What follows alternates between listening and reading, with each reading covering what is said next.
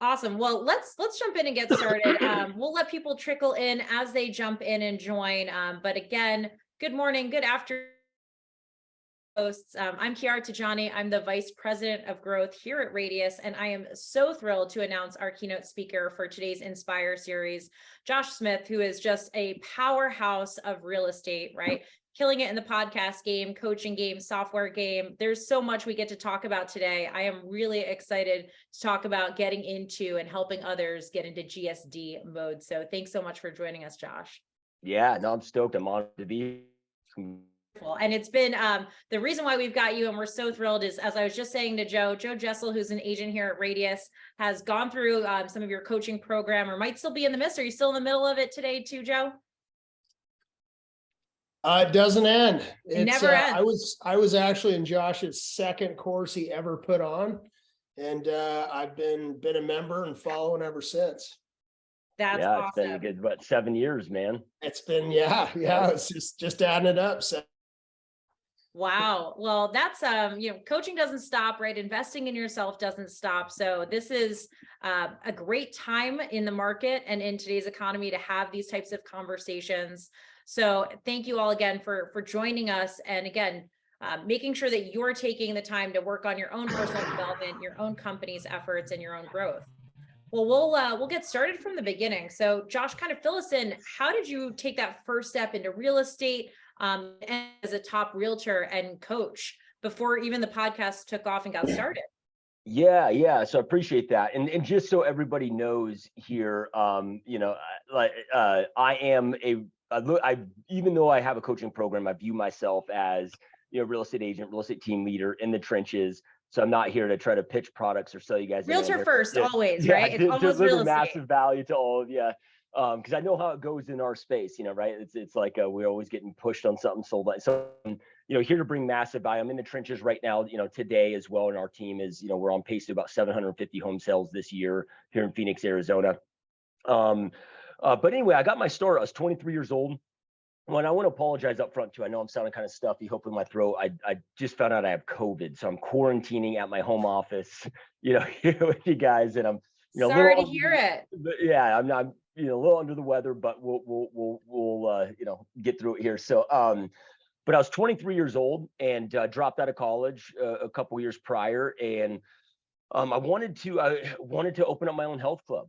And I was in the health and fitness space for some years, and but being 23 years old, college dropout, had like $1,000 to my name. I couldn't get banks. I couldn't get anybody that was willing to invest in me, which I don't blame them. I wouldn't have invested in me either. So I was looking for a way to go out there and make some money. And this was 2000. 2005 was very similar to like 2020, 2021 with the real estate market. So, my perception was, man, everybody's killing it in real estate. Everybody's making a ton of money. Let me just jump into real estate. I love people. I love working my ass off. So let me jump into real estate for a few years, raise the capital that I need to go open up my health club, and, jumped in, hit it hard, did 48 deals my first year, 103 my second year. But I always say that quickly, health and fitness became my passion and real estate became my obsession. Here I still am, just loving every second of it. How do you go from 48 to that 102 you just mentioned? That is like, you're doubling growth in your second year of business. I mean, what did you start doing differently that really got you there? Yeah, it was, I'm aging myself here, but I'm guessing some of you have been in the business for, pre that time as well. But doing deals a month at that time, and I look back at it, it was a grind. We didn't have DocuSign, we didn't have smartphones, we didn't have scanners, like things just took longer. And, but I needed to, because at that point I was still trying to raise the capital. So I needed to double my business. And then, after my first year going into my second, But I started assessing and analyzing it. And I'm like, look, man, I'm working like 4 a.m. to midnight. I couldn't physically work more. Now, the blessing that I had though is in the health club business. I was a district sales manager. I was running other facilities. I wasn't an owner, but I was, still, kind of a high level operator, if you will. So I had experience with building teams, building sales teams. So I knew at that point I needed to leverage. I mean, I built sales teams. I started from the scratch of opening new locations in the health club space, with pre-sales. And it would, I started off as the only sales guy. Then the next move when we hit a certain membership base is okay, I'd bring in, our admin kind of front desk staff. And then once that hit a certain base, then I'd start building up the sales team. Because back in 2005, teams weren't really a thing. I mean, they were, but they weren't anything like they are now today. But also YouTube didn't exist, podcasts didn't exist. So the knowledge, out there wasn't, like it is today. So, I had to really rely on my previous experience of building out teams, but just knowing sales is sales, so I knew I needed leverage. I needed help. So I went out there and hired my first assistant, which was a game changer, bought me back 40 hours a week of my time. And that's what took me from 48 to 103. And then from there, because then following year, ballooned up to over 300 units, 300 home sales. At that point, it got, between myself and my admin, very quickly, about 6 months into that, I'd have clients reaching out saying, hey, I want to go look at a home. And I was 3 weeks booked out in my schedule. So I knew at that point I needed the next element of leverage, next element of delegation. And that's when I started building out and adding agents to the sales team. And that's just what continued to expand and grow. And today I've got, I've stepped out of production about 6 years ago. So my job now is a full-time team leader, just coaching and making sure my agents on my team have all the support and infrastructure that they need to go out there and succeed, but we've got just over 55 agents now on the team and a great admin staff and just rocking it. The people make all the difference, right? As far as being able to boost productivity, being able to maintain your standard of customer service.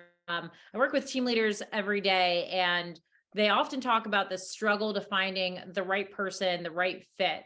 So at a team of 55, how do you go out there and find and determine the right person, especially when you were small, right? And you started off, those first couple of team agents really make a difference in your investment of your time and the success of your business. And it's something a lot of people struggle with.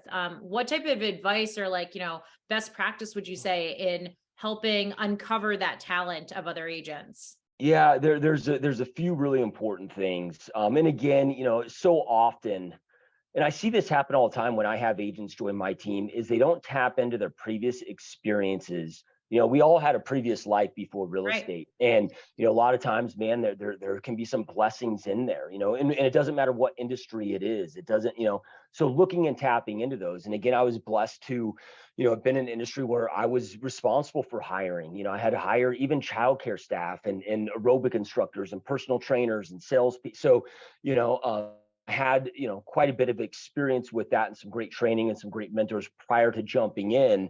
But with that being said, so there's a few things that are absolutely paramount when it comes to going out there and hiring. Number one, I don't care how great anybody is that you hire, if they don't have great systems and processes to plug into, they can never show you their greatness.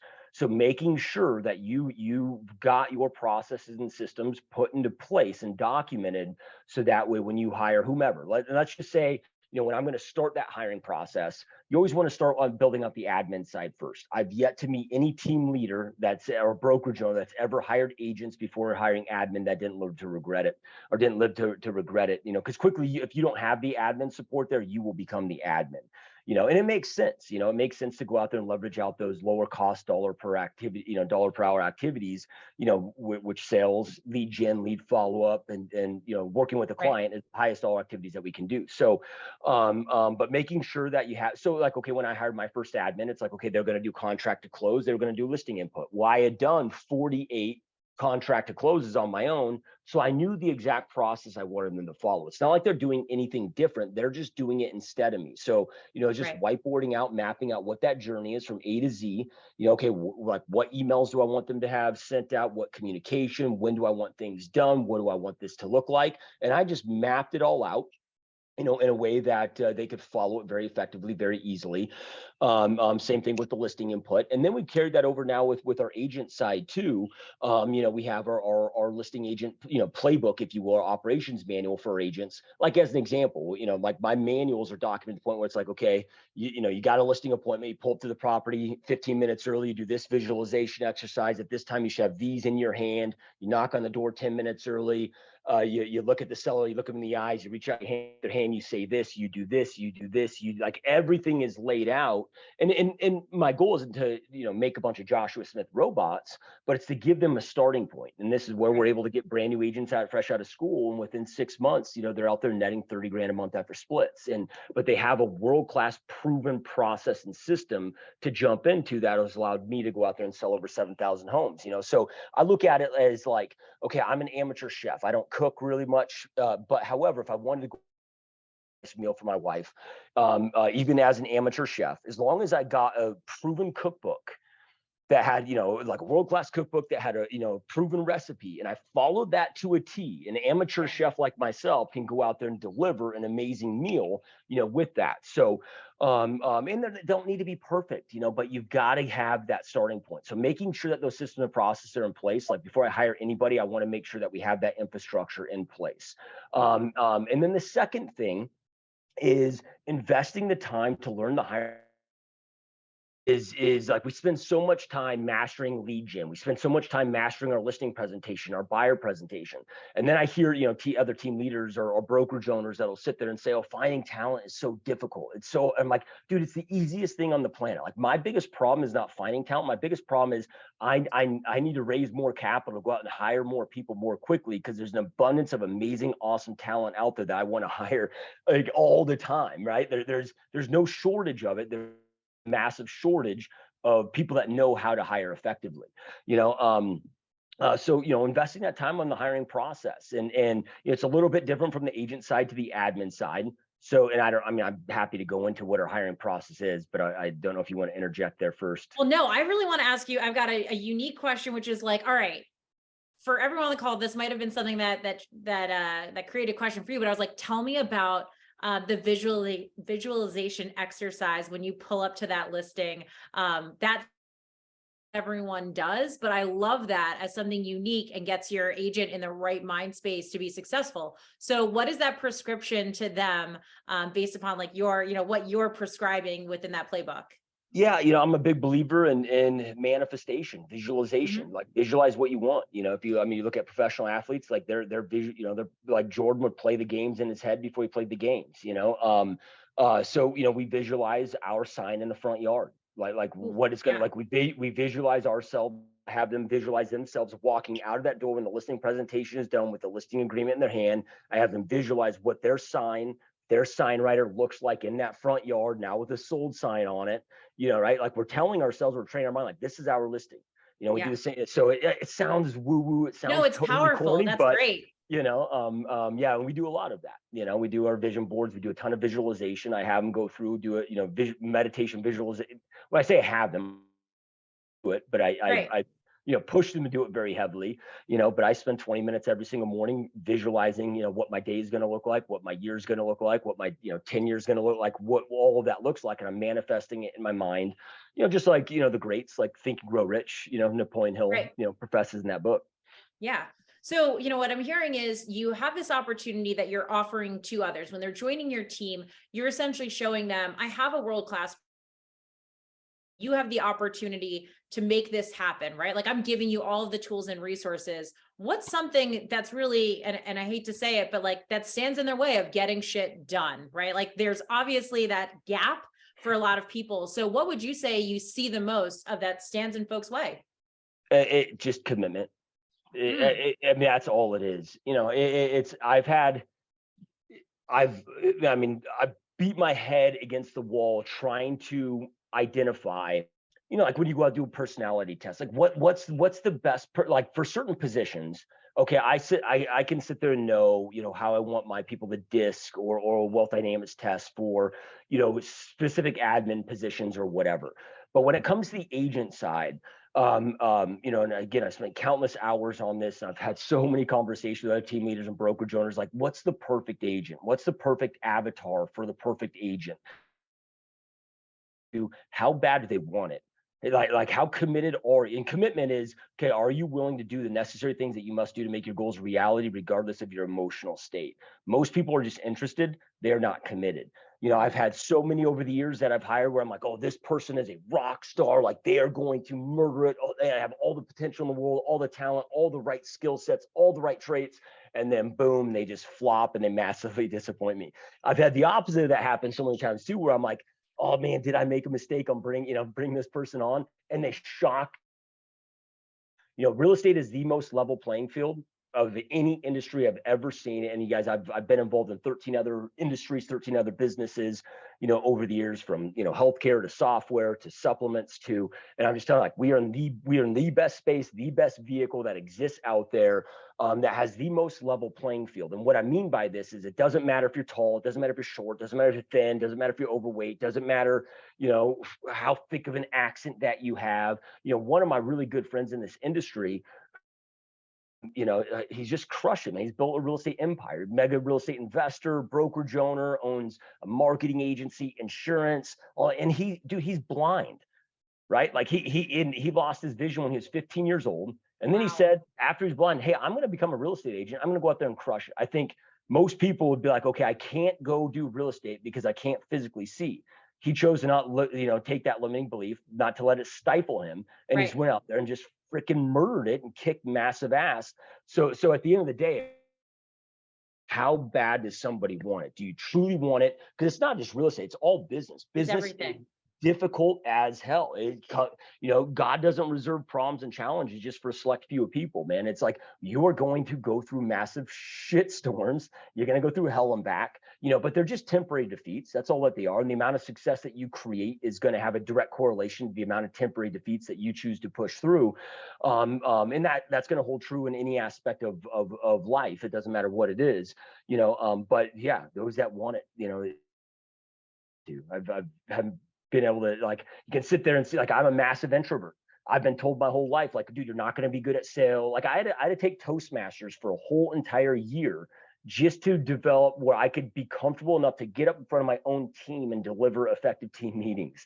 You know, like But look I at was, overcoming that, right? And like yeah, now, this is kind of what really you shine at, is because you've worked on that key area that needed that improvement, that felt uncomfortable, and you grow through uncomfortability, right? Like that's yeah. challenging yourself.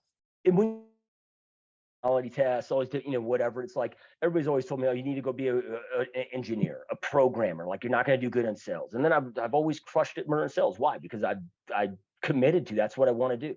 You know, so it really just comes down to how bad do you want it. That's it. Yeah. And those that, you know, that choose to not show up, choose not to do the work, that, you know, because at the end of the day, nothing that we do is hard.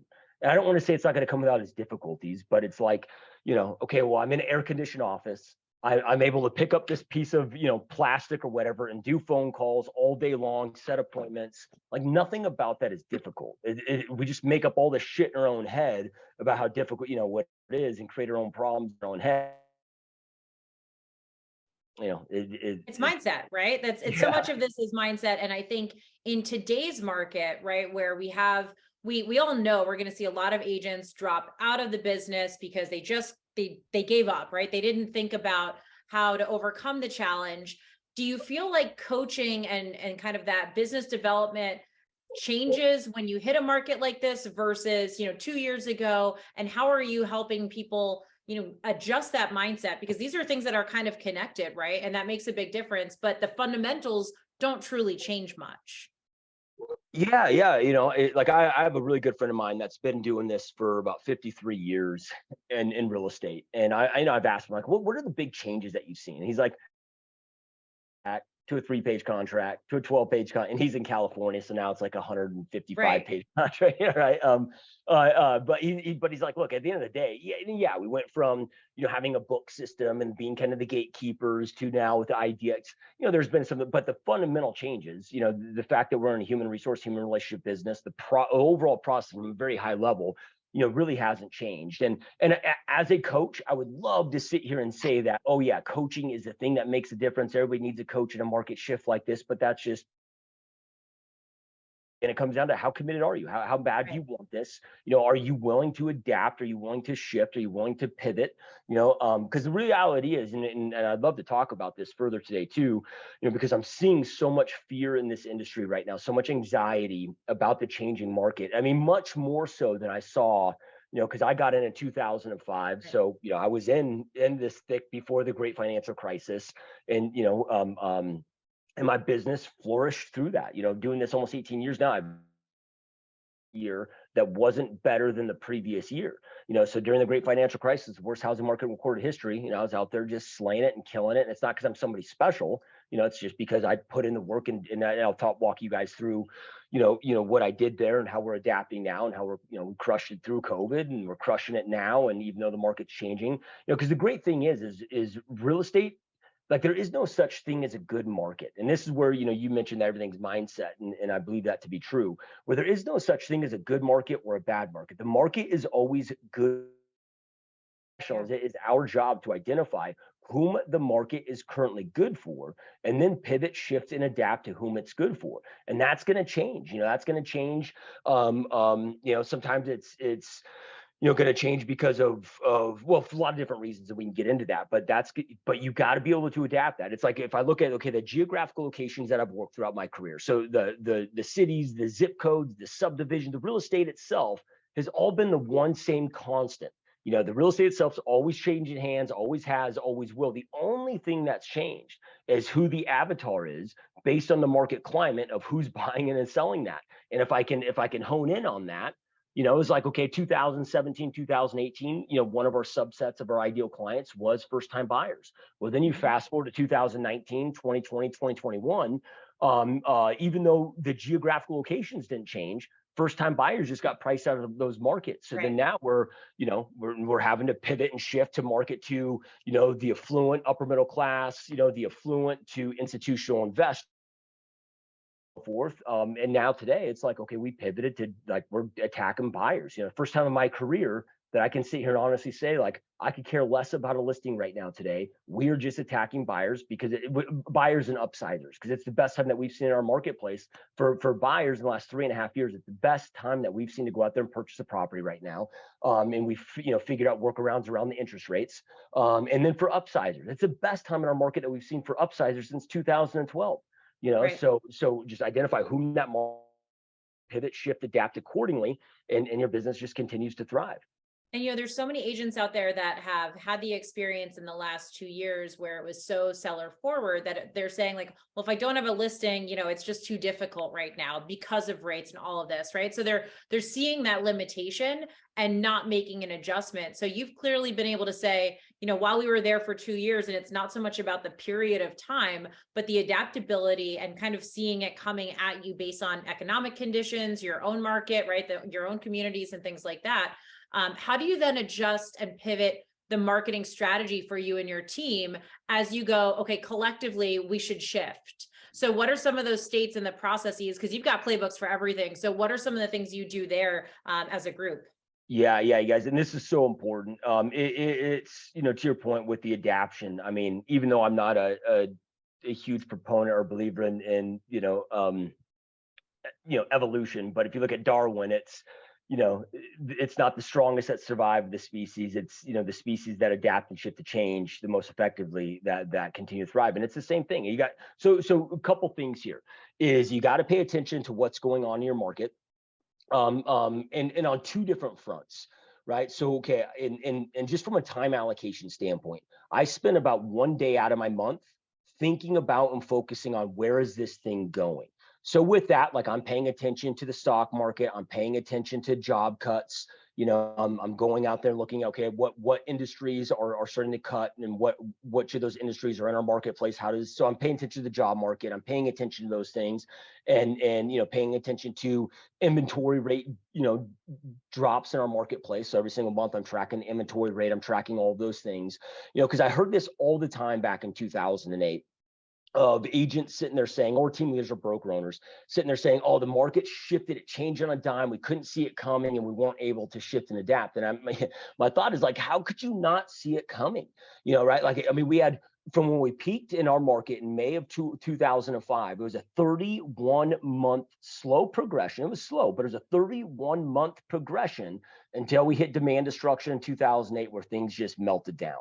But I'm like the only way you couldn't see it coming is if you weren't paying attention. So I want to know that. And I know that anything under 3 months of inventory is a seller's market. It's just supply and demand. From 3.1 months to 4.9 months, we're in a neutral market. And then 4.9 months of beyond, we're in a buyer's market. And then historically in our markets, I can sit there and look at, okay, I know in my market, once we hit about 6 to 7 months, that's where we see a big influx and increase of short sales. Get to 7 to 8 months, that's where we see a big influx of REOs hitting the market historically. Because we can go back at our MLS and sit there and see it, what those inventory rates were, what the sales makeup was of that time. So then it's like, okay, if I know in our market that if we, like right now, we're growing about 1.4 weeks of inventory as far as absorption rate month over month. Well, okay, I can sit there and predict on, okay, well, at this point, we'll start to see an influx of short sales, this point in REO. Well, then now I can start there and getting prepared for when those are going to come. So that's one day out of my month. The rest of my time is just laser focused on where are the opportunities at right now. Because the reality is thinking about the future, speculating on the future, none of us know, none of us have a crystal ball. The Fed could get back into manipulation tomorrow. They could pivot and start printing, bazillion dollars, whatever, and buying mortgage-backed securities and turn this thing around, like tomorrow, which I hope they don't do. But, we don't know if they're going to actually let this thing truly correct or not, but I do want to be prepared for it. So I spend, from a time allocation standpoint, about one day. It doesn't even take me a full day. But that one day a month gives you so much data, it sounds like, right? And that data alone gives you the weight and the expertise with your clients so that there's trust, right? That starts to deliver a large amount of trust when they know coming to Josh, he's going to have A, market data, B, the economics to understand it all, and C, to bring this to their needs, right? Is being able to say, in an advisory role to each of your clients, you have that information, it's backed up by the data. So when you're thinking that through and you're building your team, is that something that you're then tossing down to them? And do you feel like this is an innate skill that most realtors have? Because I've got to say, I don't know if everyone takes a day out of the month yet, although I hope everyone on today's call takes that away as something that makes you really successful in understanding where to go next. That's a huge part of business development right there. Yeah, 100%. And Anna Fine says nothing specific so far. So I'll get into specifics here, Anna. Ooh. So I apologize for not getting value. Go get it. I will.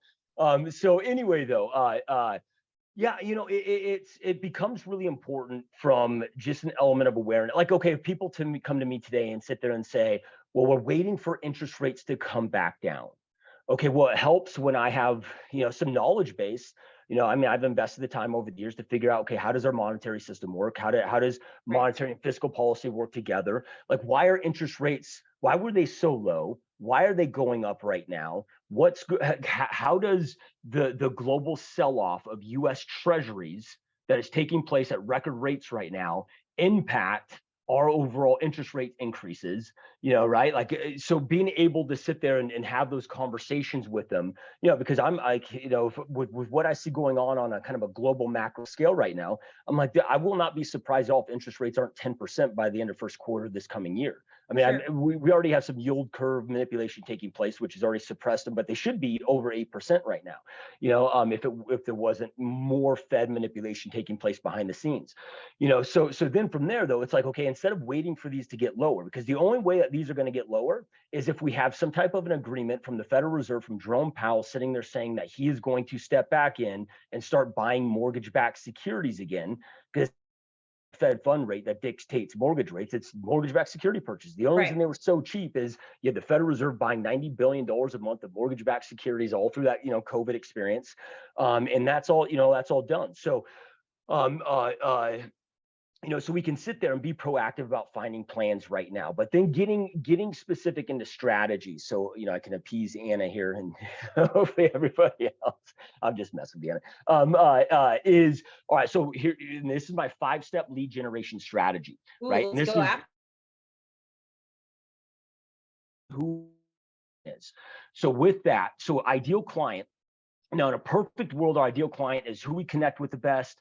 who sends us the most repeat referral business the best, like that'd be a perfect world, but very rarely is the world perfect. So also looking at where's the biggest opportunity at right now. So I'm always assessing, okay, who's buying, who's selling, why are they buying, why are they selling, like where are they coming from, where are they going? And with that too, you got to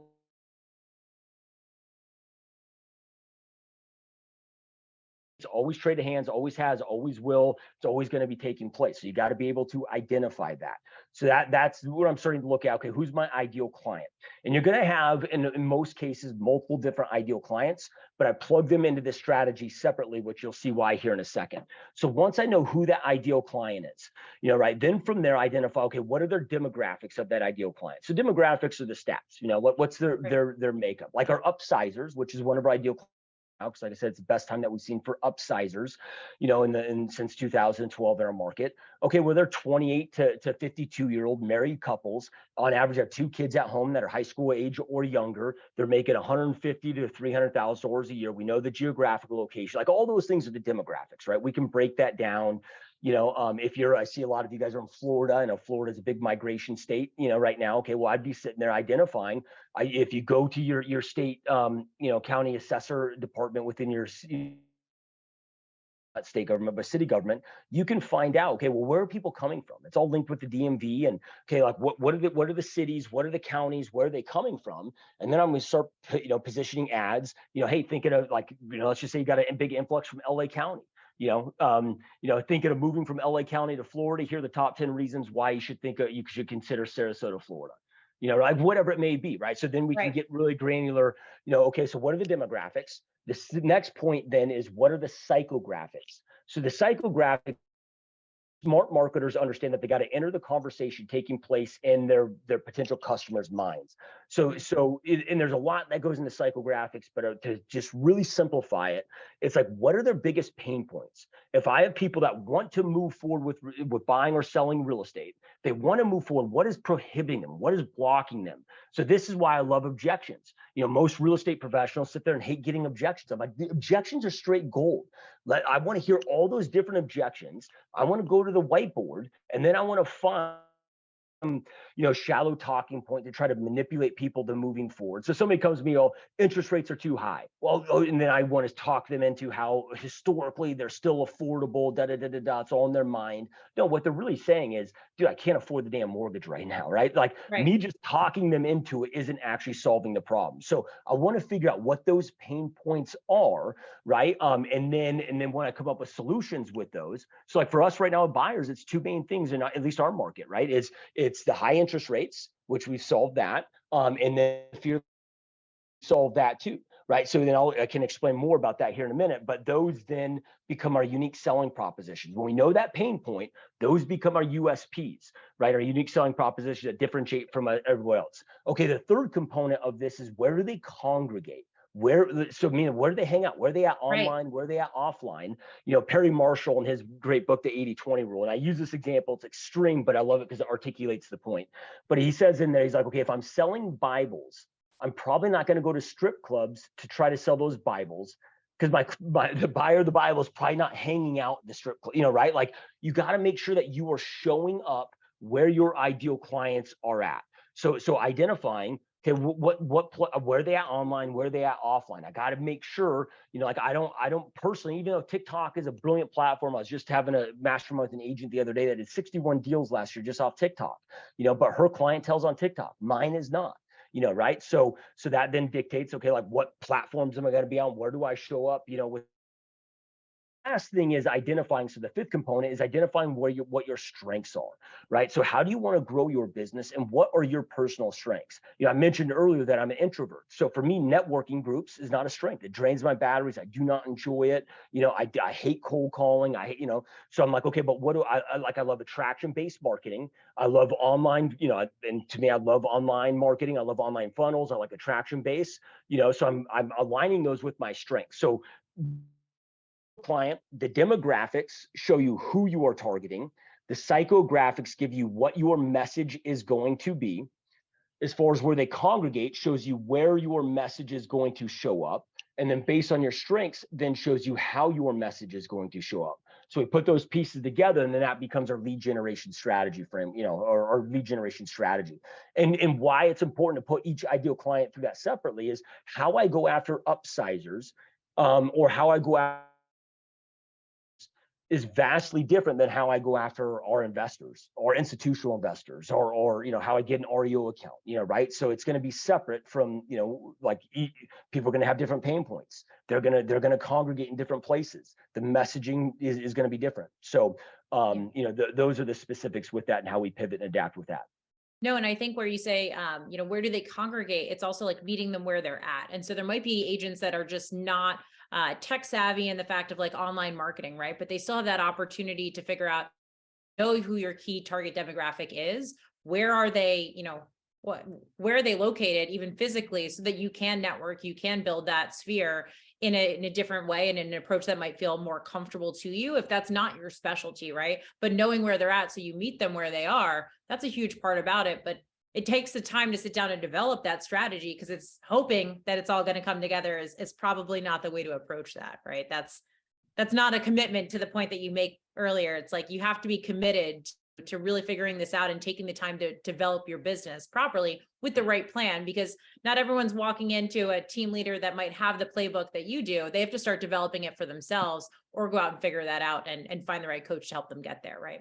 Yeah, and it doesn't take long. I mean, I've had it, with certain ideal clients where it's taken long, but I mean, you take half a day and you sit on a whiteboard, you take half a day, like you can figure this stuff out pretty quickly, but it was, Sun Tzu says that tactics are the noise before the defeat, right? So if you look at tactics, methodology, so tactic is the medium, tactic is Facebook, the tactic is YouTube, the tactic is the mailbox, the strategy is my effective plan, how to go out there and get business through the mail. Like everything works, nothing doesn't, right? So there's thousands of ways to go out there and create success in this business. That's what's so amazing about it. It's not like we're selling solar panels where our only play is to go out there and door knock, right? So, but it's, and if you're not, this is why I see so many, there's just so much resistance that so many experience in our industry, but they're focused on tactics, not focused on strategy. Lead generation is the easiest thing on the planet if you're willing to, put in a little extra work, to go out there and do it. But then this way, you're making sure that you're getting, so it's like, okay, I can go out there and run Facebook ads, sure, but if I know if I know my buyer clients, biggest pain point is on, so like right now, interest rate issue. So I'm always looking at, okay, if interest rates are that, so then, we were talking about this collectively as a team a while ago, and we're like, okay, in 2020, 2021, we had all these buyers that were willing to, come in here, compete against 50 other buyers. If they got their bid accepted, they were having then to waive the appraisal contingency. So if the house was, $400,000 house, they're having to pay $500,000 with it. They're having to come up with an extra $100,000, out of pocket for that appraisal contingency. Repairs, because the inventory was so low, they're having to settle on a property. NARs come out skipping inspections at this point in time, right? They're doing anything. Yeah, so we're like, on every metric that we can grade this on, it is such a better time to buy, at least in our market that we've seen since 2019. Now, so it's like we have 3.5 times the amount of inventory, so they don't have to settle for the house. They can go, so they can get the location they want, features that they want. They're getting it at an average $50,000 to $100,000 less today than they were at that time. The seller's willing to do repairs. The seller's desperate to sell it to, all of these different things. Now I get and understand, even with all those into place, the mortgage might be slightly higher still today than it was then, because interest rates, are no longer 3%, right? So then we started looking at, okay, well, who's desperate? Like, who's desperate in this market? So we're like, okay, I know new builds right now nationwide. A lot of people think that this whole inventory issue, which is just a falsity. When it comes, we had a temporary inventory issue, but if you look at what's in the new build pipelines right now, it's far greater than what we saw going into the last market crash. So I'm like, okay, who's most desperate right now? Okay, we've got these builders on 12 months of inventory, and these big builders like your Lennars, like your Pulte's, they're not dummies. These are multi-billion-dollar organizations. They see what's going on with their with their market caps right now and their stock prices. And they also know with the supply chain and cost of, like, they know what they're in for, and they know that this thing is going to be ugly. Like, they know we're just in the beginning stages of this thing. So we're like, okay, if anybody's going to play ball with us, it's going to be these builders. So we just started going to all the builders in our market saying, hey, we have an abundance of buyers that will buy your product right now today. We just have one issue. We need you to, which was interest rates, and we need you to offer a large enough incentive to buy down those rates. Because if you're doing a 20% down conventional loan, you can get up to a 9% seller concession. So like, we need you to, to offer us a 9%. So we might use 2 or 3% of that for closing costs, but then we can use 6 to 7% of that for that rate buy down. And we've yet to have a builder in our market that won't work with us. Then we started looking, okay, well, who else is desperate? Okay, we'll look at Opendoor.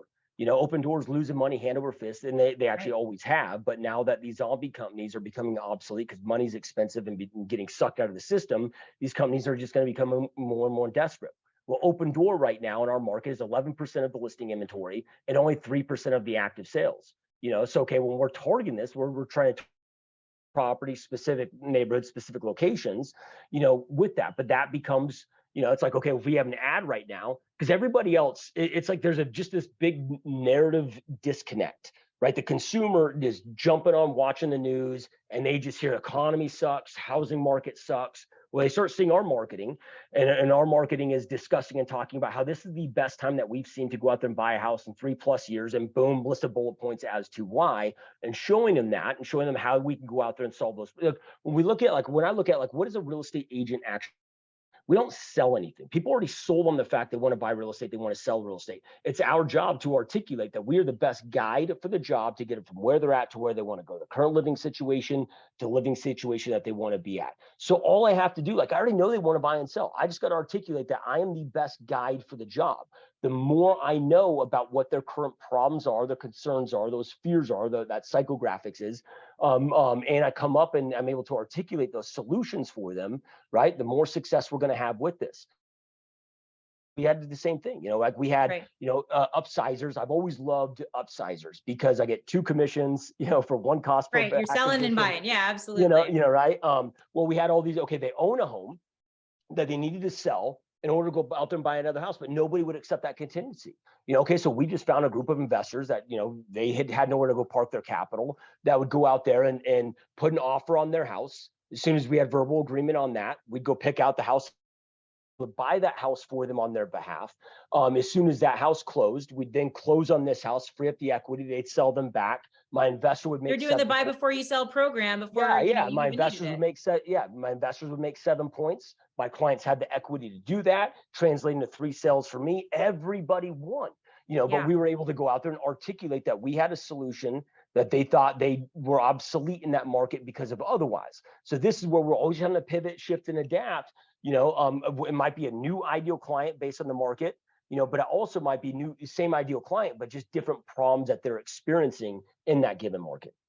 Right into, right, which is not only once you know who you're targeting and where they exist, it's understanding the psychoanalysis part for them, right? Those buying signals, because with their about putting yourself in the middle of that value proposition and connecting the dots, right? So as you're thinking that through, you mentioned the 2 primary concerns for buyers right now is interest rates, but also market volatility. And that's something you have to overcome. So you kind of talked a little bit about the interest rates and how you help overcome that obstacle and that objection.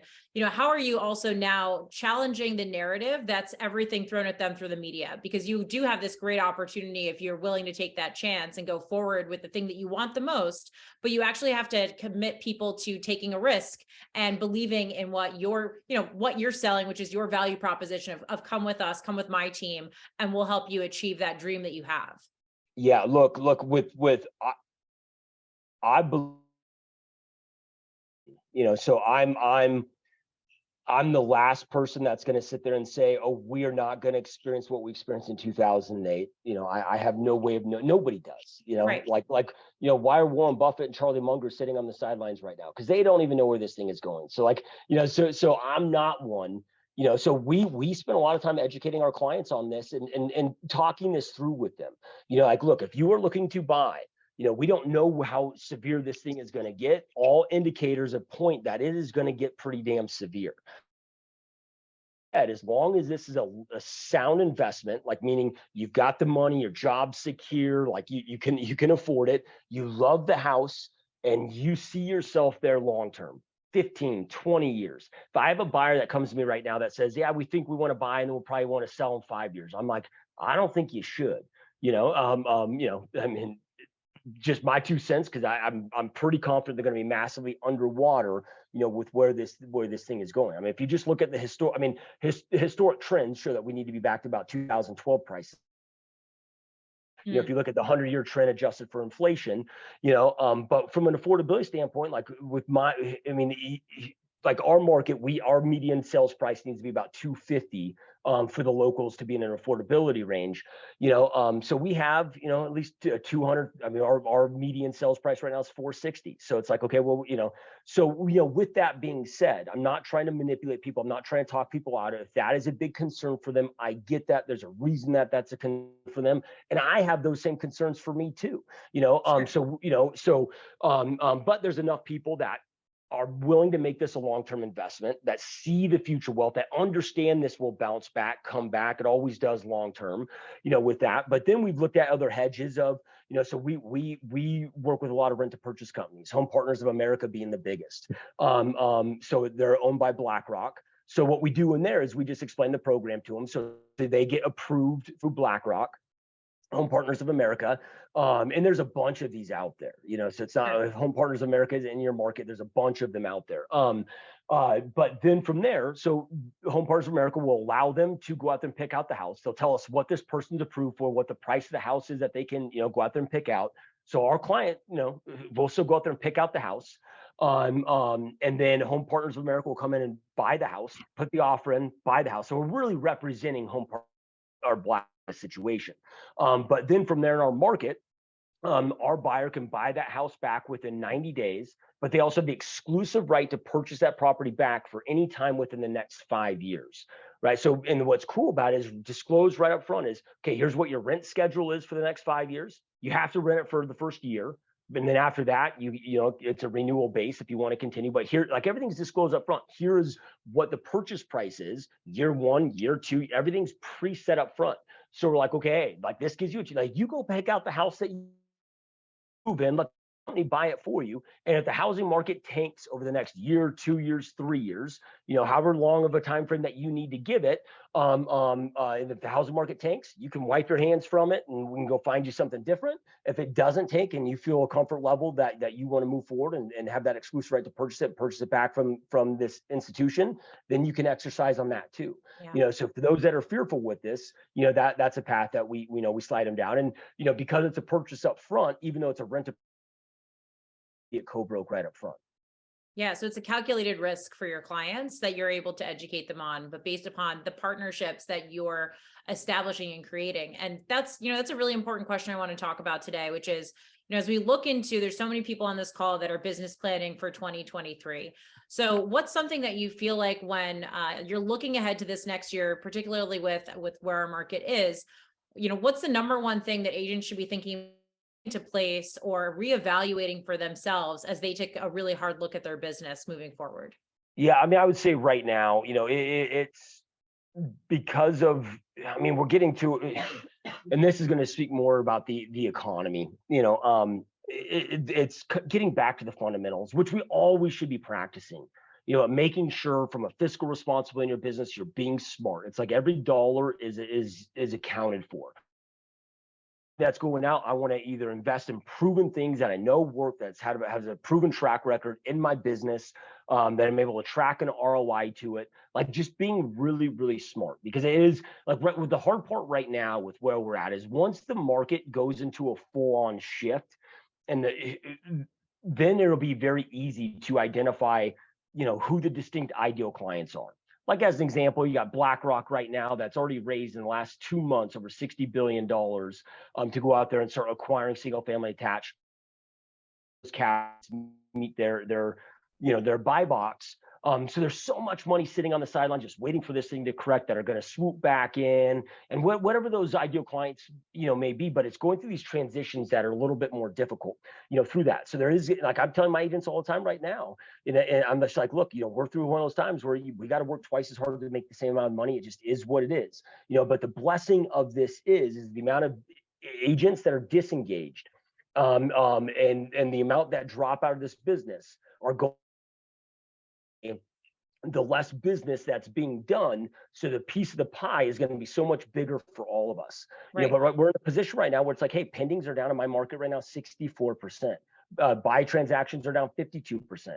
It's the lowest we've ever seen. Like, just things are just sitting on the market. Buyers aren't wanting to buy. Now we're still closing a ton of homes as a team, but we're having to go out there and work twice as hard as we were a year ago right now. To again, work twice as hard to make the same amount of money, but it will pay off.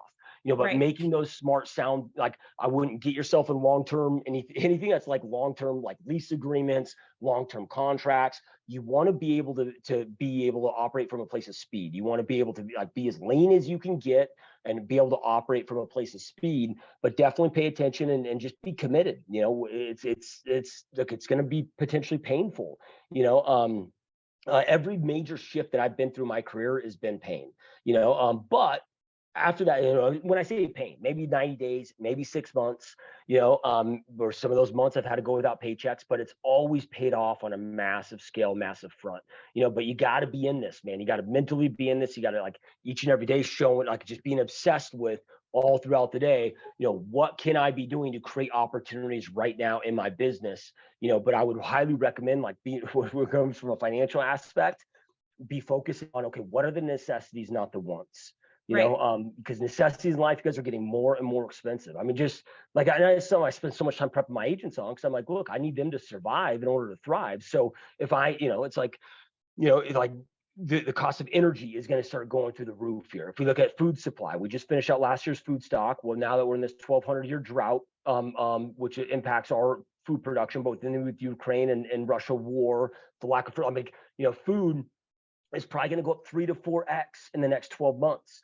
So budgeting for those things, having that understanding for those things, and just working your damn ass off going into this. And then, right, because if you're not putting in the effort now, you're going to be one of the agents that drops out, right? And then you're going to lose out on that huge opportunity that's on the other side, where everyone in your community would have known all the effort you were putting in. You would have always been top of mind when they're ready to purchase. But if you fall out now and don't kind of persevere through, you're going to really miss that big opportunity to kick that gain even further from where you are today. So, I think there's a lot of grit, right, and tenacity that plays a big role in who comes out on the other side of things as this market continues. Yeah, I know it's not what everybody wants to hear. Everybody wants that shiny penny thing, but it's like, there's, after doing this 18 years and selling well over 7,000 homes now, becoming one of the top in the industry, it's like there is no such thing as a magic pill. Right. There's a magic pill. It's consistency.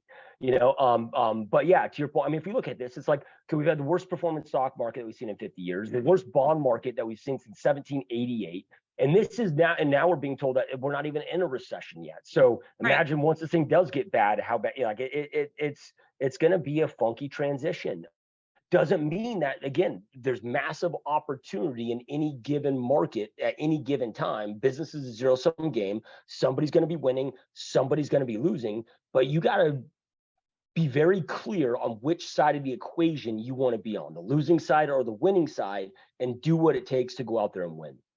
No, I think it's really powerful. And I think if there's anything that I'm taking away, first of all, I'm fired up over here. I think this is exciting because you create that energy, and Joe, you must feel it too. And going through his coaching program is like, you create that desire to want to persevere, to want to overcome, because it's in you, right? As a realtor, you get into this and you don't do it to work for somebody else. You do it for yourself. So there has to be that self-motivation and belief in yourself, and everything that you're sharing with us. It really just kind of says, all right, like you've got to get fired up yourself if you expect anyone else to follow suit with you, right? That's a huge part of this. Joe, I've got to ask, through coaching, what has been something that you've changed as far as a habit or an approach in your real estate business as you've gone through the GSD program?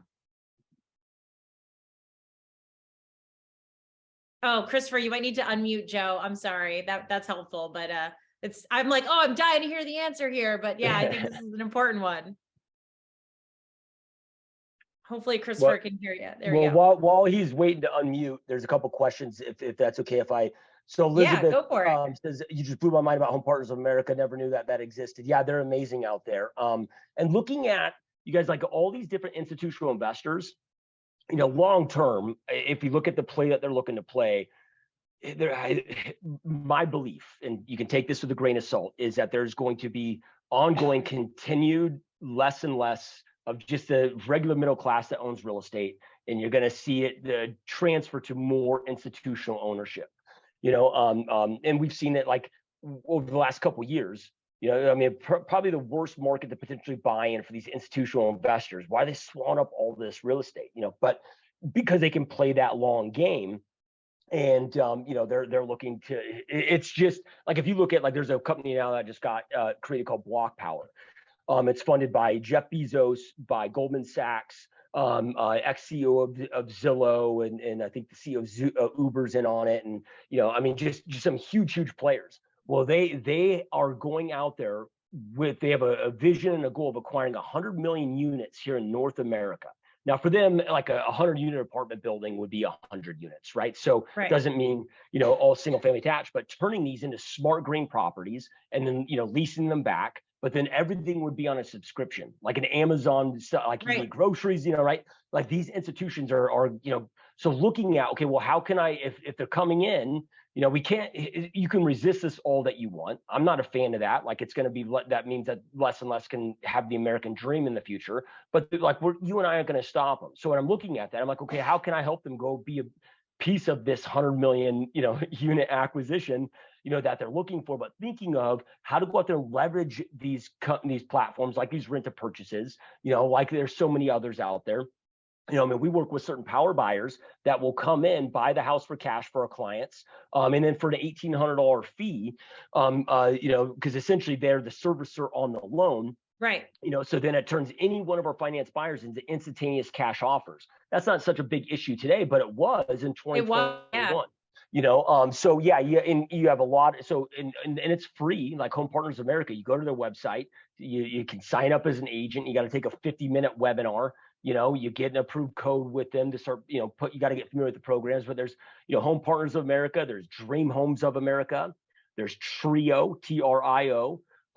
There is Divvy, DIVVY, there's Pathway. I mean, there's a bunch of these, Ribbon, Homeward. There's a ton of these, that give us tools to have in our offer our clients alternative options to go out there and buy and sell real estate. Absolutely. Terry put a great question into our chat, which is there a basic playbook out there that you share that people can adapt for their own team? So I got to say, is that coaching? Is that the actual software in the program that you've got? So what does that look like from your side of things, Josh? Yeah. So, I mean, it's my coaching program where, I mean, essentially I give my playbook away, but it's teaching, going through, it's a year-long program. And entire playbook, I give everything to everybody, so in editable format as well. All my presentations, all my drips, all my scripts, all our trackers, even employment contracts, because we have a lot of team leaders and broker owners in there. So, they don't have to go work with their attorney and spend thousands of dollars creating contracts. And so I just, give it all away in there, with that. And you guys, if you ever wanted information, if you go to masterybootcamp.com, you can learn more on there, and you can, book a zero pressure call where I can kind of walk you through what it is. And, yeah. Did I get it right in there? Yep. Masterybootcamp.com. Yep. Awesome. Cool. So Joe, I think you're unmuted now. I want to come back to the question because you've been going through this. You've been coaching with Josh for, you said 7 years. I know you showed me a little bit of the program, and goddamn, it's pretty cool. So what's something like habit-wise, big shift that you've been making lately, or maybe just getting back to that the program really reminds you of on how to make it work? I really, going back to Josh's point, is it really all just comes down to commitment. The message Josh is sharing is really no different than it was 7 years ago. I mean, the fundamentals of what works is not going to change. It doesn't matter what market you're in, what you're chasing. Joshua's goals and mine are dramatically different what we want out of this business. But when it comes to business and real estate, he just happens to be the one person I found that's been the most consistent in not just the messaging he has, but the relationships he makes, right? And that's where it kind of comes back to, I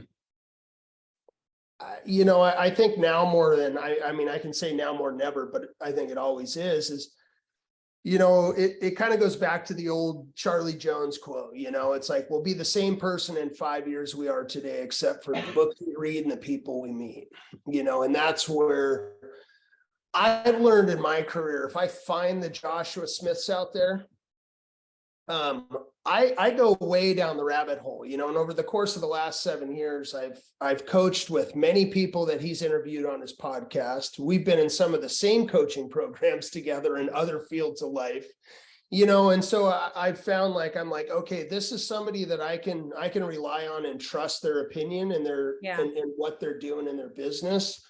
And then I just go way deep down that rabbit hole, and it's like, and still today I listen to the podcast and I'm involved in the Facebook groups and things like that. And, but throughout my career in real estate, every kind of season of my career, I really needed something different, and that's like right now things have kind of circled back around where it's like, okay, well, now it's time there's a lot of this real estate stuff that, I'm doing different stuff. I'm building different things. Like, okay, I really got to go back and narrow down the fundamentals. And so now I'm walking through the gals on my team through the same program I went through.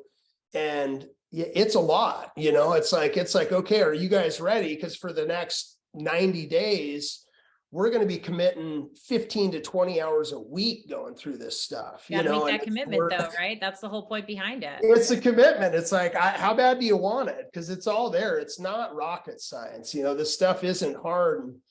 And I like, and kind of this is where that piece kind of ties in with Radius and Joshua Smith and his coaching and whatnot is, when you talk about that admin being that really like the admin side really needing to be built out first, I feel like the way I found Radius was kind of the hack to that. It's a really like affordable, effective portal to not have to deal with all that stuff. That's my joke is I rented a boss, because I got the managing broker. I don't got to do that. I got, and so it's like, cool, that side's done. Now I can focus on the people and build that out. And it's like, I started my real estate career in 2010 and we were at the bottom in the gutter and I loved it. I looked around and I'm like, well, nobody's here. Nobody else wants to do this. It's like, screw it. I'll dig the ditch. I don't care. It's like people are always buying and selling. And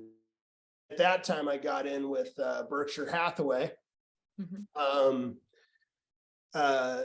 Talking about finding the people, finding the avatar and what they're doing, where they're at. Well, Intel had just closed their main plant in New Mexico and we're shifting everything to Hillsboro, Oregon, which is just this little, kind of small farming community outside of Portland. Well, it's like, I put myself, I'm like, yeah, I'll take whatever ghetto commission splits you guys have to offer. And my first year of real estate, I'm just selling $1 million houses one after another. Now, the splits were brutal at the time because of the way all that worked. But I mean, I was killing it, and that was at the time where, I went in and worked for a company that went from 2 years prior, they had 160 agents in this office. And when I got in there, there was 20 and my desk was right next to the press. This is a good place to learn, and then it was a few years after that when I hit another pain point in my real estate career. And that's where I found, up until that point, I hadn't even heard of what a podcast was. I didn't even know coaching was a thing. I hadn't even ever heard that term, and I just kind of stumbled on this guy and was I like what he's saying, and he's kind of Yeah. speaking to me. And then, so, and then I kind of went down that rabbit hole. And since then, that's where the biggest shifts in my career and my life is really taking place. And Josh didn't really hit on what he invests in education and coaching. I know he downplayed that a little because he's not here to sell his coaching. I know. I was going to say, I'm like, I could talk to Josh all day, but I do need to be respectful of his time. I'm like, tell everyone where to find you, Josh, right? Like, not just the website, the podcast, all of that. Like, this is an opportunity to gain more knowledge, to invest in yourself as a business too. Well, and I think his point really, and this is the most important, is it's not important that it's important to find the right person for you and invest the time and money into that. And you will never waste money in coaching or education. And I think, if you want to be shocked, find out what this guy spends on his coaching and education, because, it could be as much as the rest of this room put together. So, and that's something that was that was by far the most important lesson I learned. I have no problem in any time stroking a check for any kind of coaching or education. That's amazing. Well, it's absolutely a value add without a doubt. And Joshua, I know you made tons of people's day, just kind of reinvigorating them, getting them more focused on what's next for them in this business. So I can't thank you enough for your time today and next year. And it's going to be great to see how the market plays out, because this is going to be a fun ride for those that are willing to commit, right? Those that are willing to take the time to follow the right actions and behaviors and tactics, but set the strategy.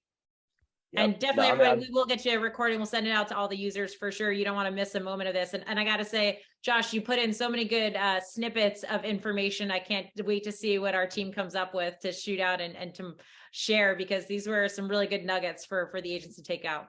Awesome. Well, thank you so much. It was truly a pleasure. All right. Well, everybody have a fantastic rest of your Thursday. If we don't see each other, happy Thanksgiving, and we'll chat soon. Thanks again, Josh. All right. Thank you. Take it easy.